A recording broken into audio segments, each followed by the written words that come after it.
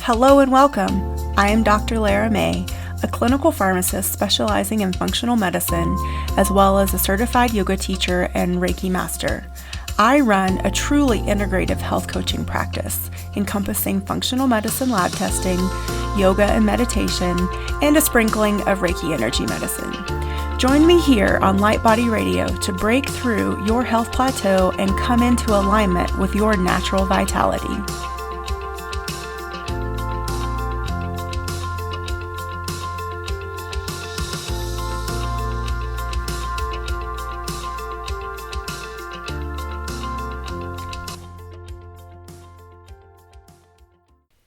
Hello, everybody, and welcome to another episode of Light Body Radio. I'm your host, Dr. Lara May, and today I am going to bring you a part 2 of a episode I did back in September, and I realized recently that I never followed up with the second half. So back in September, I did a Cultivating Self-Love and Body Image episode. And today I would like to focus on the body image aspect. Back in September, I really focused on the self-love, and they do go hand in hand. I feel like you really can't have, I guess you could have a positive body image and maybe still struggle with self-love, but I definitely feel like the two are connected. So today I'm going to be using one of my favorite tools. It's a Gabrielle Bernstein book. It's called May Cause Miracles, and it's a 40-day guidebook of subtle shifts for radical change and unlimited happiness. So I found this book early on in my journey, and I really liked the fact that it was a 40-day practice. So each day in this book are some exercises, and it's broken up into focuses for each week. And so there, in week 3 of this book is body image. And so what I want you guys to keep in mind today is that this is a practice of, shifting our perception, of changing our mind, of changing how we think, and hopefully trying to stop judging ourselves and coming to a level of love and acceptance with our physical bodies. And so the tools that I'm going to take you through today that are part of this chapter in this book are not meant to be overnight miracles. I mean, and you definitely can have those shifts, and I hope and wish that for you, but I also want this to be like real and real talk and realistic expectations. And so, at least for me, from what I found working through this practice, is that it brings up lots of experiences and emotions and, past judgments, current judgments. And so it really, every time something like this comes up for us, it's another chance for us to heal. It's another chance for us to choose again, to choose differently, so that we get out of this cycle. And so really, what Gabby talks about in this chapter is that our bodies are learning devices. They are here to remind us of our true essence. So we are spiritual beings having a physical experience in these human bodies. And I am of the personal opinion that our souls chose to incarnate in these bodies that we have now at this specific time to, learn and experience a wide variety of things. But with that said, our souls chose the bodies that we're in. And if you think about that the bodies that we have are here for a purpose. I think that really takes this whole struggle. I think it's a struggle for a lot of women. I'm sure men struggle with it too. That we are spiritual beings. We are these balls of energy, and we are in these physical bodies. We are in these human bodies. And this physical form is a spiritual assignment. And ultimately, our souls want to return to oneness, return to love. And A Course in Miracles teaches us that our bodies are here to learn these spiritual lessons and show up and participate in them. And it's not always easy, it's not always fun and games, and it can definitely be emotionally triggering and challenging. But we are here to transcend the fear, transcend polarity, transcend the judgment that society and the media and maybe our families or our religions or whatever, all of this crap that has been sort of projected onto us. We're here to transcend that and to see through the eyes of compassion and love and unity. And that starts with us.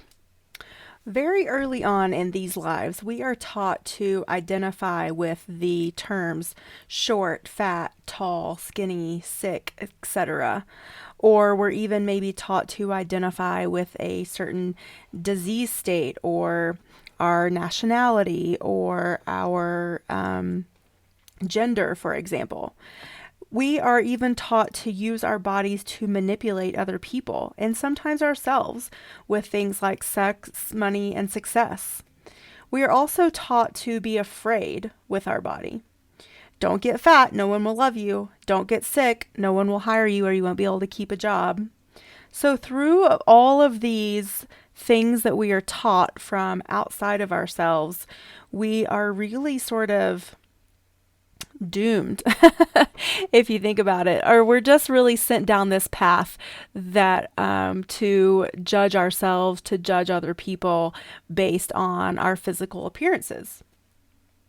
So choosing to continue to see our body through these egoic filters will ensure that we stay stuck in a pattern of separateness and inadequacy. And, sometimes it even spirals down to self-loathing. It's definitely not loving.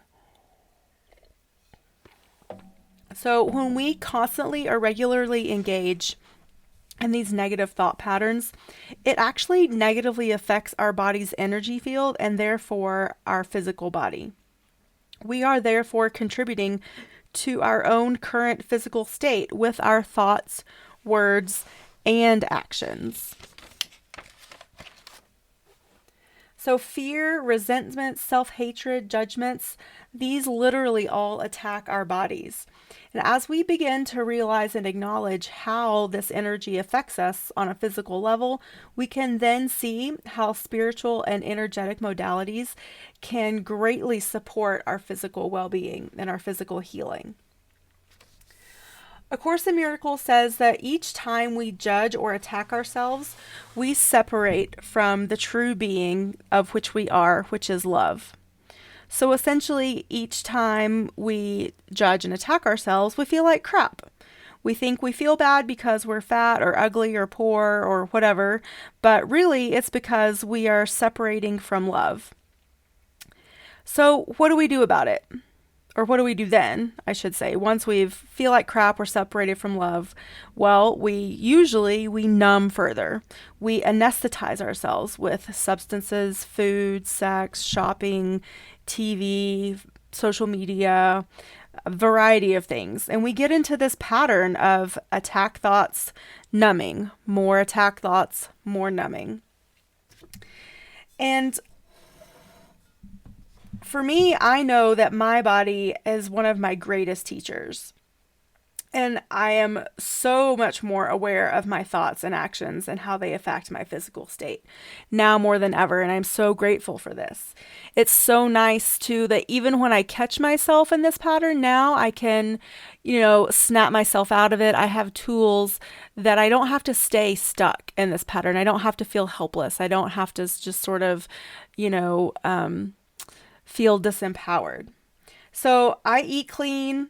I move regularly. I practice. Again, practice is the key word. I practice loving thoughts and I notice what's coming up for me and I respond in kind. I reinforce my miracle mindset daily. This is a daily practice. And living this way enables me to be happy, healthy, and have the energy to invest in what really matters to me.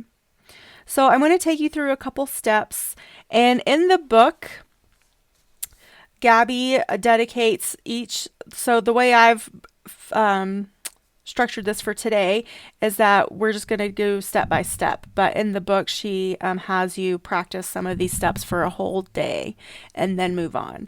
So I would say it's up to you, whatever you feel called to, wherever you feel like you are. Maybe there's one step that you need to spend more time on. Definitely do that. And maybe there's others you can sort of use it in a stepwise fashion. And then, of course, the more comfortable you get with this work, the more you'll be able to move through sort of more fluidly. So step one, and some of these steps might sound familiar because these, to me, are like the basics of changing our habits, changing our thoughts with so many things. So today we're just applying them to our body image and our self-love. So step one is your perception and your awareness. How have your false perceptions of your body image kept you in a cycle of fear and judgment? Step one is just to be the witness, the non-judgmental witness of your ego's body perception. When you catch yourself, whenever you catch yourself with that internal dialogue, saying mean things to yourself about your body or saying judgmental things, stop and say, I choose love instead of this. And just that one simple sentence tells the universe, tells your higher self that you are willing to change, that you are ready to change, and that you don't want to continue down the same path. So step one, perception, awareness, be the witness, the non-judgmental witness. And when you catch yourself in this cycle, stop yourself and say, I choose love instead of this. Step two, invite your higher self, spirit or source, God if you prefer, invite them in to help you. When you choose to let your spirit guide your thoughts, you will be led to see love and to use your body to extend more love out into the world. Stop trying to, quote, fix yourself or fix what's wrong. Instead, open up to your guides and let them lead you back to love. I like to use this step in my daily meditation, and I do something just as simple as meditating on the mantra, my body is light, or I am light, or even I am the full consciousness of source light. So any of these, whatever resonates with you, and, just ask for your higher self and your guides to come in for the highest and greatest good so that you can learn to return to love and love your physical body and be in this physical body. Step three, choose a more deliberate, loving perspective of your body.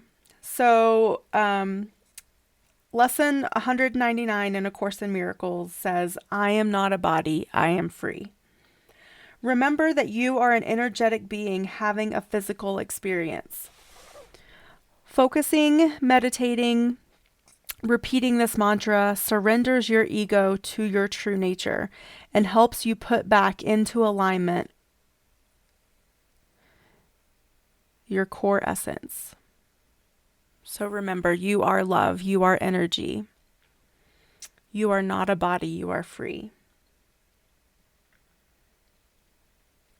Step 4, gratitude. Focus on what you love about your body. This will help strengthen your loving perception muscle.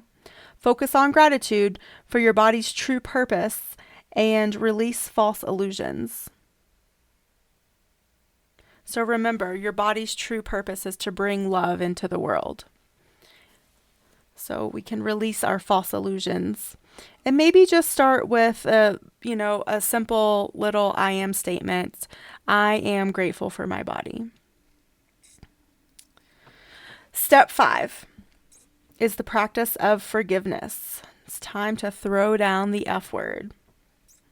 Forgiveness will help you release anger, attack, and resentment towards yourself and others. If you remain unforgiving, you will then recreate that negative experience over and over and over. Through forgiveness, we get to interrupt the cycle and heal. Even if you think you're not ready, maybe you're not ready to forgive those that hurt you. Maybe you're not ready to forgive those that convinced you of all of the mean things that you say to yourself. Be willing and open. Just see what unfolds. Be open to new possibilities. It's amazing what can happen when we are willing to forgive. Just the slightest willingness is enough to see drastic change. And step 6 is acceptance of your true self. So once you have become aware of your perception, you've invited your higher self in for guidance, you have chosen to be not a body, but free energy. You are grateful. You have forgiven yourself and others. Now it is time to come into a state of acceptance. Accept the true function of your body is love. You are a messenger for love. So I hope you enjoyed today's episode. It is short and sweet, but full of content and 6 steps to get you to a place of a better body image and more self-love. So try these, write them down, put them into practice. Maybe try, committing to one step every day for a week, just like in Gabby's book, and see what shifts for you. To me, I think that we could probably take this and, dedicate an entire month to it.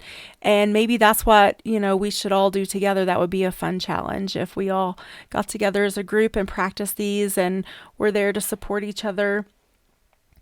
So let me know when you start to implement these practices in your life, what shifts, what changes, what comes up, and what you are able to transmute and transform. I always love hearing your feedback. I thought this would be a timely topic since the holidays are coming up. And, we always seem to, even though the holidays are a fun time, sometimes it's also we take advantage and allow ourselves to beat up on each other and ourselves just a little bit more for some reason. So don't do that, and instead do these practices to get to a place of more lovingness for yourself. And I will catch you next week. Namaste.